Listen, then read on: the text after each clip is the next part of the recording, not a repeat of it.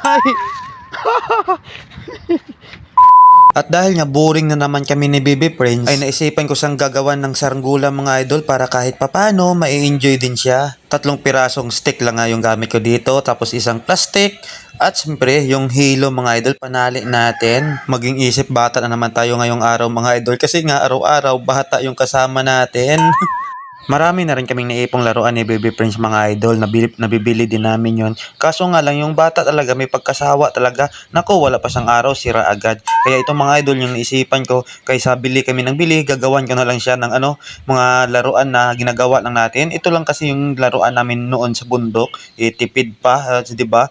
Kaysa din mahirap din kasi kung lagi na lang siya nagsi-cellphone sa TV, ito gagawa na lang tayo ng paraan mga idol para ma-enjoy din niya yung isang araw niya.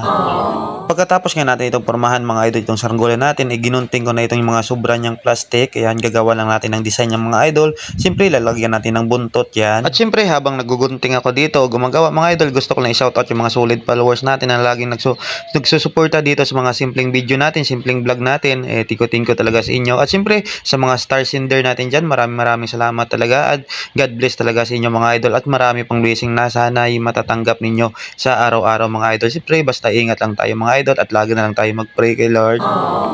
At malapit na nga matapos itong ginagawa natin saranggola para kay baby mga idol. Simpleng saranggola lang mga idol para hindi na tayo mahirapan. Kasi noon gumawa tayo ng maganda yung parang butterfly na saranggola. Nako grabe yung pawis yun, napagod ako sa kagawa pero wala pang isang oras sinira kagad ni baby. Sunod mga idol, tinusok ko na ng stick dito banda sa mga cross mga idol para lagyan natin ng tali yan. Siyempre lalawayan muna natin yan bago ipasok. Lalawayan muna natin yung hilo mga idol o nylon para mabilis ba natin mapasok para hindi matigas ba. Lawayan muna natin.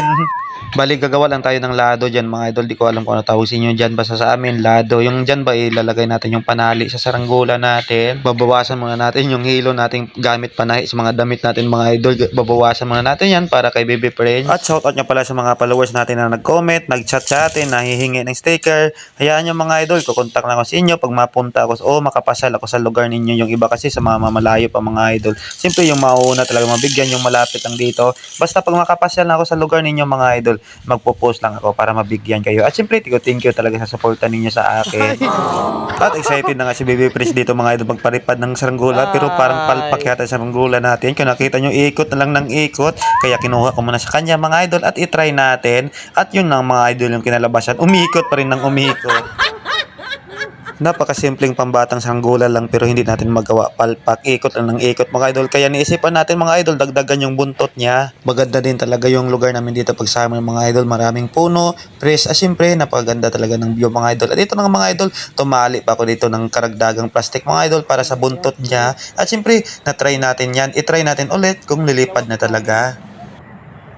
Kaso nga lang mga idol ay maaga pa kasi to, parang mahina talaga yung hangin kaya hinihintay lang natin yung hangin. Siyempre pasipol-sipol lang tayo dyan. Iwan ko lang mga idol, naniniwala din ba kayo pag magsipol ka lalabas din talaga yung hangin, lalabas o magpapakita ano ba, hindi naman natin makita yung hangin o magkaroon talaga ng hangin pag sisipol ka mga idol. Naniniwala din ba kayo? Paki-comment nga. At sadyang totoo naman yata mga idol kasi pag sipol ko humangin talaga pero medyo mahina. Dahil dyan hintayin muna namin ni Baby Prince ang magsa-shoutout muna yung aso natin. Napansin siguro ng aso natin mga idol na hindi natin siya binibidyohan. Ayun, kusa siyang lumapit sa kamera natin. At medyo epektibo ngayong paglagay natin ng mahabang buntot dito mga idol. Kung nakita nyo, hindi na umikot-ikot, lumilipad niya, pero sadyang mahina pa talaga yung hangin dito. At sobrang excited na sana si Baby Prince dyan mga idol. Kaso nga lang, hindi pa natin mapalipad kasi mahina yung hangin. Kailangan muna natin paliparin yan mga idol o sa taas na yung saranggola bago ibigay sa kanya kasi nga hindi pa siya marunong magpalipad mga idol. At ayan na nga mga idol, nagpaparamdam na yung hangin mga idol kaya pinapalipad na natin yan mga idol. Sana magdiretso na talaga yung hangin mga idol para mag-enjoy na rin si baby. At ito na nga mga idol, na sa taas na yung saranggola. Siyempre, ibibigay muna natin kay Baby Prince yan kasi excited na talaga siya. Bilis, oh! Hawak!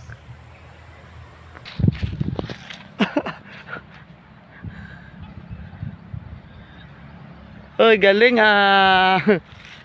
At sadyang napakaganda talaga yung view dito mga idol kung nakita nyo. Ayan, pati yung aso nag enjoy din mga idol. Kaso nga lang, yung hangin mga idol parang relasyon nyo on or off lang talaga. Kaya itong mga idol nagdesisyon muna kami umuwi para mamaya na lang hapon kami magpalipad dito mga idol. Kasi nga yung hangin talaga lalakas, hihina. Anak ko, parang relasyon nyo talaga ng lalamig na kahit summer na. At sadyang napakabilis nga ni Baby Prince tumakbo dito oh. Naku, parang hindi na baby eh. Parang walang preno, iniwan na tayo, excited nang makauwi mga idol. At pagdating nga sa bahay, ito yung ginawa niya. Pinalipad niya pa rin mga idol. Eh yung ginawa na lang niya, ayan, sinabit niya sa wiring ng kuryente. Pero okay yan, para Parang yan, siguradong parang kahit walang hangin, nasa taas pa rin, humilipad pa rin.